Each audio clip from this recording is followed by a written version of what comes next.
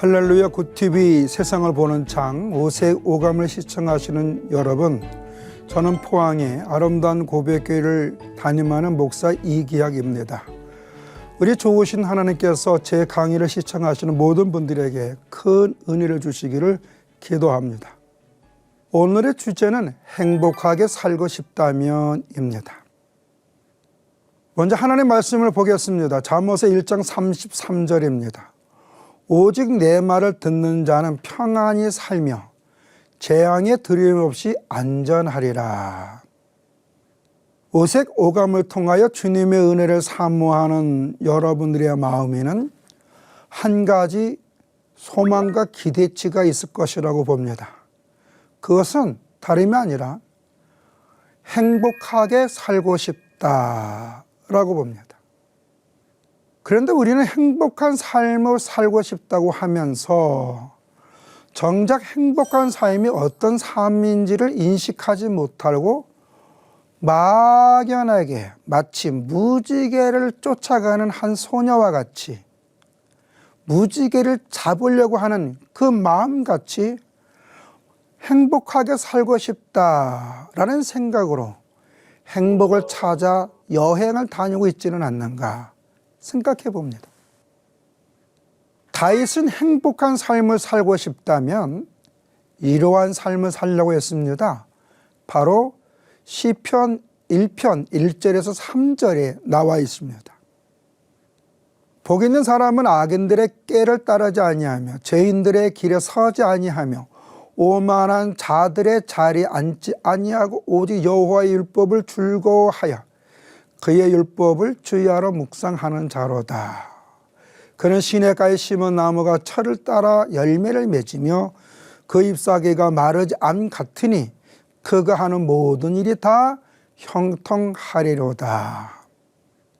여기서 복이 있는 사람은 하나님으로부터 축복을 받아 행복하게 사는 사람을 대해서 말씀해 주시는데, 하나님으로부터 축복을 받아 행복하게 사는 사람은 악인의 꾀에 따르지 않는다고 그랬습니다.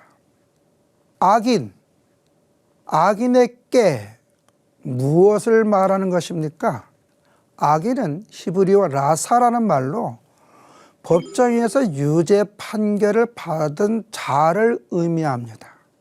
그러니까 이들은 죄악 속에서 사는 사람, 다시 말해서 하나님의 말씀 앞에서 살지 않고 자신들의 계획 속에서 만족을 추구하는 사람들을 얘기합니다. 행복하게 살려면은요, 이런 사람들의 말에 마음을 빼앗기지 말라는 것입니다. 그러면 왜 다윗은 이런 고백을 한 것입니까? 그것은 말에는 놀라운 능력이 있는데 그 능력은 인지 능력을 형성하기 때문에 그렇습니다. 그러므로 누구의 말을 듣느냐가 참으로 중요합니다. 그래서 요한계시록에도 보면요, 들을지어다. 예수님이 뭐라 그랬어요? 듣는 자가 복이 있다. 성령이 교회들에게 하실 말씀을 들으라 그랬습니다. 왜요? 들어야만 분별력이 생기고 그 안에서 믿음이 형성되고 옳고 그름을 알아서 바른 행동을 할 수 있기 때문에 그렇습니다. 더욱이 현대 과학에서도 뇌에서 분비되는 신경 호르몬도 말에 민감한 영향을 받는다는 사실을 과학적으로 증명되었다는 것입니다. 그래서 여러분들이 쉽게 유튜브에서 말이 뇌에 미치는 영향, 말이 건강에 미치는 영향, 말이 심리에 미치는 영향, 말로 인하여 경제력이 어떻게 형성되는 거 한번 쳐보시기 바랍니다. 잠언서 22장 6절에는 마땅히 행할 길을 아이에게 가르치라 그리하면 늙어도 그것을 떠나지 아니하리라. 이건 어떤 얘기냐면 아이들에게 어떤 말을 가르칠 것이냐, 그 가르치는 말을 아이가 어떻게 듣느냐에 따라서 평생 산다는 겁니다. 그렇죠. 그러므로 부모의 입에서 나오는 말이 아이들에게 인격을 형성하고 세계관을 만들며 삶의 길을 만들어 줍니다. 길이요 진리요 생명 되신 우리 주님께서 우리에게 하나님의 말씀을 주신 이유가 무엇입니까? 왜 제자들에게 하나님의 나라와 하나님의 어떤 말씀을 가르쳤습니까? 그것이 영생이고 그 안에 삶의 소망이 있고 하나님의 거룩한 언약이 있기 때문에 그렇습니다. 그러므로 여러분이 행복한 삶을 살고 여러분의 자녀들이 행복하게 살게 하고 싶다면 우리는 마음이 하나님으로부터 떠나서 자기 생각 속에서 자기 아집 속에서 자기 주장을 하는 사람들의 말에 마음을 빼앗겨서는 안 된다는 것입니다. 여러분, 몇 년 전에 모 방송국에서 청소년들의 언어 습관을 조사한 것을 보면 청소년들이 말을 할 때 70% 이상이 욕을 섞어서 한다고 합니다. 그럼 왜 이런 현상이 생기는 것일까요? 저는 그 원인을 방송 미디어나 사회의 구조적인 것에서 찾고 싶지를 않습니다. 저는 그 원인을 가정에서 찾고 싶습니다. 예를 들면 송아지 얼룩송아지 누구 닮는다고요? 엄마 닮는다고 그랬습니다. 자녀는 부모의 언어 습관을 통해서 말을 배웁니다. 부모의 똑같은 말의 반복적인 그 언어를 듣고 아이들은 엄마도 배우고요, 아빠도 배우고요, 밥조도 배웁니다. 그러니까 부모가 어떤 말을 할 때, 다시 말해서 자녀가 어떤 말을 할 때 그것을 부모가 듣고 기뻐할 때 아, 저 말은 저럴 때 쓰는구나 하는 것을 아이가 안다는 거죠. 벌써 인지 능력이 있다는 것입니다. 그러므로 우리 사랑하는 자녀들이요, 사회에서, 학교에서, 직장에서 배운 모든 언어는 가정에서 부모님과 대화로 얼마든지 순화가 되고 정화가 되어야 됩니다. 그래서 가정의 언어는 어떻게 보면 우리 아이들에게 언어 습관과 삶의 오아시스가 되어야 되고요, 바다와 같다고 봅니다. 오아시스 어떤 것입니까? 사막의 모락바람 속에서 물도 없이 힘들게 여행하는 자들에게 안식과 위로, 또 새롭게 여행할 수 있는 에너지를 공급해 주는 거 아닙니까? 바다는요 늘 푸르지 않습니다. 바다는요 육지의 모든 우편물을 다 받습니다. 그래서 기후의 변화에 의해서 태풍이 한번 오면 그 바다에 있는 모든 우편물, 그 쓰레기 같은 것들이 다 정화가 돼서 공기를 만들어줍니다. 생기를 주죠. 다시 말해 자연에 생기를 줍니다. 자녀들이 사회에서 배운 모든 언어는 부모와 대화를 통해 정화가 되어야 됩니다. 그런데 오늘날 가정에서 대화가 단절되고 있지 않습니까? 여러분들은 가정에서 아내나 남편, 아이와 부모들 간에 얼만큼 대화를 하고 대화를 하면서 얼마큼 상대방에 대한 배려하고 이해하고 그럴 수 있다라고 긍정적으로 듣고 있습니까? 내 아이의 입에서 나오는 말, 내 남편, 내 아내, 내 부모의 입에서 나오는 말을 듣고 얼마나 여러분들이 이 마음에 소화하고 있습니까? 아이들이 학교와 친구들로부터 거친 말을 듣고 집에 올 때는 지쳐서 옵니다. 생각도 지치고요. 마음도 지치고요. 그로 인해 피로감이 말할 수 없게 옵니다. 직장생활 하는 사람들은 그렇습니다. 여러 가지 말로 인하여 스트레스를 받아가지고 지친 상태에서 옵니다. 그럴 때에 가정 공동체에서 어떻게 됩니까? 대화를 통해서 위로하고 따뜻하게 배려하고 소통을 해야 그 소통하는 대화 속에서 말이 순화가 되고 그로 인하여 그 사람의 뇌에 좋게 각인이 될 때 그 사람들은 세상을 변화시킬 수가 있고 그 사람은 어떠한 환경 속에서도 그는 그곳에 필요한 사람이 됩니다. 여러분, 사도행전 1장 8절에 우리가 잘 알고 있는 말씀이 있습니다. 오직 성령이 너희가 임하면 너희가 권능을 받고 예루살렘과 온 유다와 사마리아 땅까지 이르러 내 증인이 되리라. 여러분 다 암송하고 있죠. 저는 이 말씀, 이 주님께서 주신 이 말씀을 저는 이렇게 해석합니다.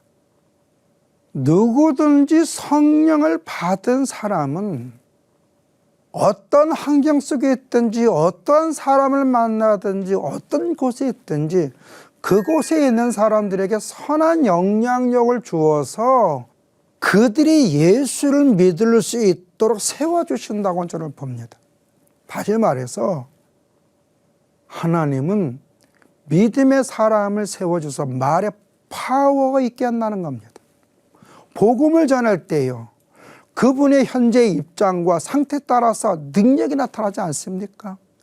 그러니까 성령 안에 있는 사람, 성령의 지배 속에 있는 사람, 성령의 인도하심 속에 있는 사람은 하나님의 말씀을 통하여 영육 간의 분별력이 있어서 악인들이 수덕수덕하는 곳에 마음을 뺏기지 아니하고 오만하지 않고 죄의 길에 서지 아니하면서 바르게 살면은 어떤 환경 속에 있든지 그 사람들에게 선한 영향력을 주어서 나도 예수 믿어야지, 예수 믿으면 저 사람처럼 될 수 있구나 라는 선한 영향력을 줄 수 있다라고 봅니다.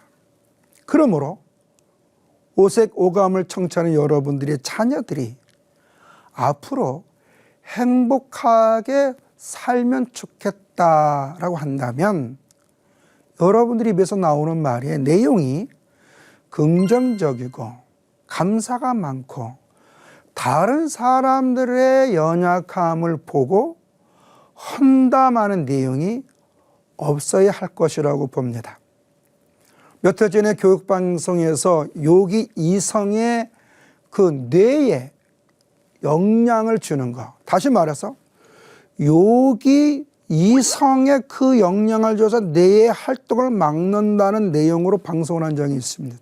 이게 뭐냐면 우리의 뇌는 강한 욕설, 부정적인 말을 듣는다면 통제력을 잊어버린다는 겁니다. 그래서 우리의 뇌가 상처를 받게 된다는 것입니다. 부정적인 말을 많이 들으면서 살고 말을 하는 순간 우리의 이 해마는 상처를 입고요, 그것이 세월이 지나가면 해마의 기능이 망가지고요, 정신분석학에서 해서 또 의사들이 말하기를 치매에 걸릴 확률이 많다라고 얘기합니다. 그러므로 여러분, 우리 입에서 나오는 거친 언어나 욕을 하는 순간 무서운 현상이 나타나지 않습니까? 그래서 저는 부모의 입에서 나오는 말이 긍정적이고 감사의 고백이 있다면 그 말을 들은 자녀들의 마음에는 평안하고 안정되고 삶의 에너지가 있을 거 아니겠습니까? 또 우리 자녀들이 살면은 인생살이가 만만합니까? 만만치 않잖아요. 근데 어떤 그 삶에 부딪힘이 온다 할지라도 노련한 어부가 파도를 이겨나갈 수 있는 것처럼 부모님들을 통하여 따뜻한 말을 들었던 그 자녀들은 먼저 영적으로 마음이 안정되고 삶의 소망이 생기기 때문에 그 모든 문제를 다 극복할 수 있을 것이라고 봅니다. 그런데 자녀가 잘못된 행동을 하거나 때로는 실수를 해서 어떤 범법 행위를 하여 범죄하였을 때에 부모의 입에서 상스럽고 거친 말로 욕을 한다면 아이들은 어떻을까요? 아이들은 어떻게 될까요? 지금 이 시간에도 집 밖에 나온 아이들이 참 많이 있습니다. 그 아이들이 왜 집에 나옵니까? 대부분요, 위로받지 못해서, 또 마음의 상처에서 숨을 쉬기 위해서. 그 아이들이 집에 나와서 살다 보니 또래끼리 바른 방법이 아니라 나쁜 방법으로 생활을 하려고 하니 범죄를 통하여 소년하게 되고 성인이 돼서 교도소에서 오는 분들이 의외로 많이 있습니다. 저는 많은 교도소 가서 인성교육도 하고 말의 소중함도 전하고 예배도 인도하고 상담도 합니다. 근데 거기에 온 이 사람들, 요새는 제가 깜짝 놀라는데요, 인성교육 받는 사람들 중에 젊은 사람들이 많다. 20대가 왜 이렇게 많아지는지 모릅니다. 그냥 물어봅니다. 대부분 소년원에서 올라온 사람들이 많아요. 이 젊은 친구들이 소년원에서 벌써 이렇게 교도소로 온다는 것은요, 심각한 겁니다. 그래서 제가 물어봤습니다. 처음에 집에 왜 나왔어?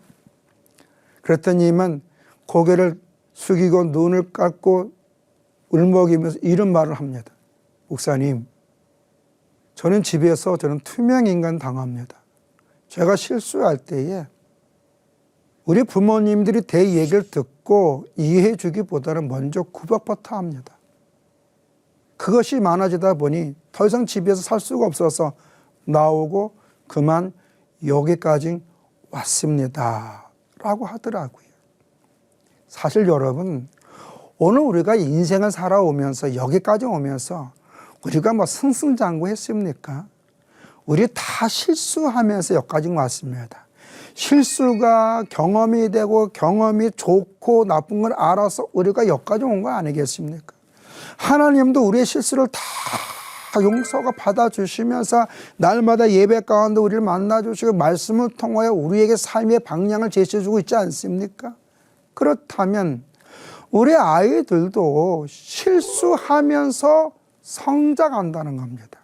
그 아이들이 실수를 할 때에 책망보다는 또 감정적으로 접근하기보다는 이해하고 설득해서 그 아이가 스스로 나쁜 행동, 나쁜 말, 그걸 하지 않도록 아이에게 그것을 이길 수 있는 에너지를 만들어줘야 되지 않겠습니까?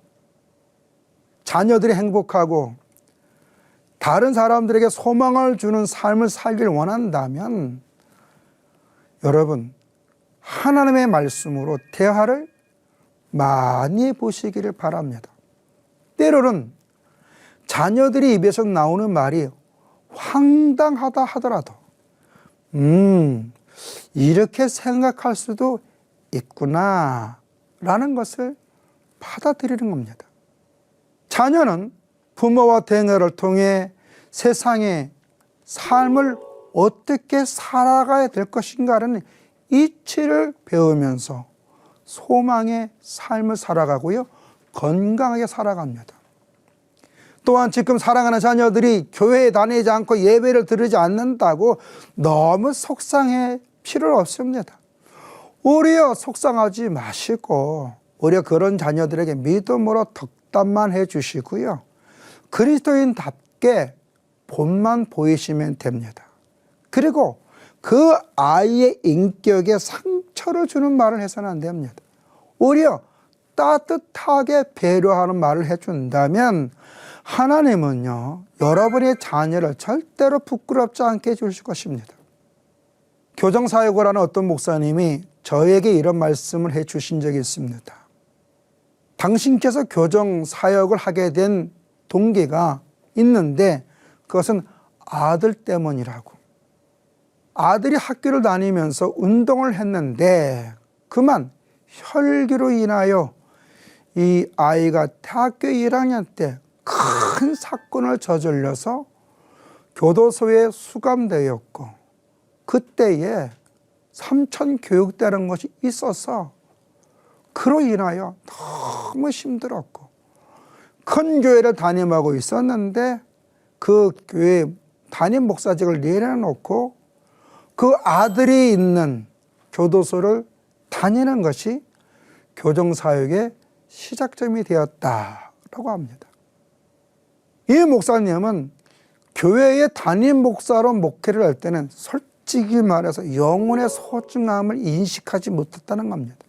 종교적으로 하나님의 말씀을 전했다라고 합니다. 그러나 담안에 있는 영혼들에게 복음을 전하면서 교정사역을 하면서 깨닫는 것은 한 영혼을 사랑하시는 하나님의 구속의 은혜를 알게 되었다고 합니다. 그 저기 15조 담장 안에 있는 그 영혼, 세상에서 버림을 받고 사람에게 버림을 받고 가정에 버림을 받고 저 범죄에 그 흉악무도하게 살아가는 그 영혼의 소중함을 알게 되었다는 것입니다. 어느 날 교도소 소장이 이 목사님에게 이런 말씀을 했다는 겁니다. 목사님이 여기 오는 것은 목사님의 아들 한 영혼 때문에 오는 것이 아니라 목사님 때문에 이 담안에 있는 많은 사람들이 위로와 소망을 얻고 있습니다.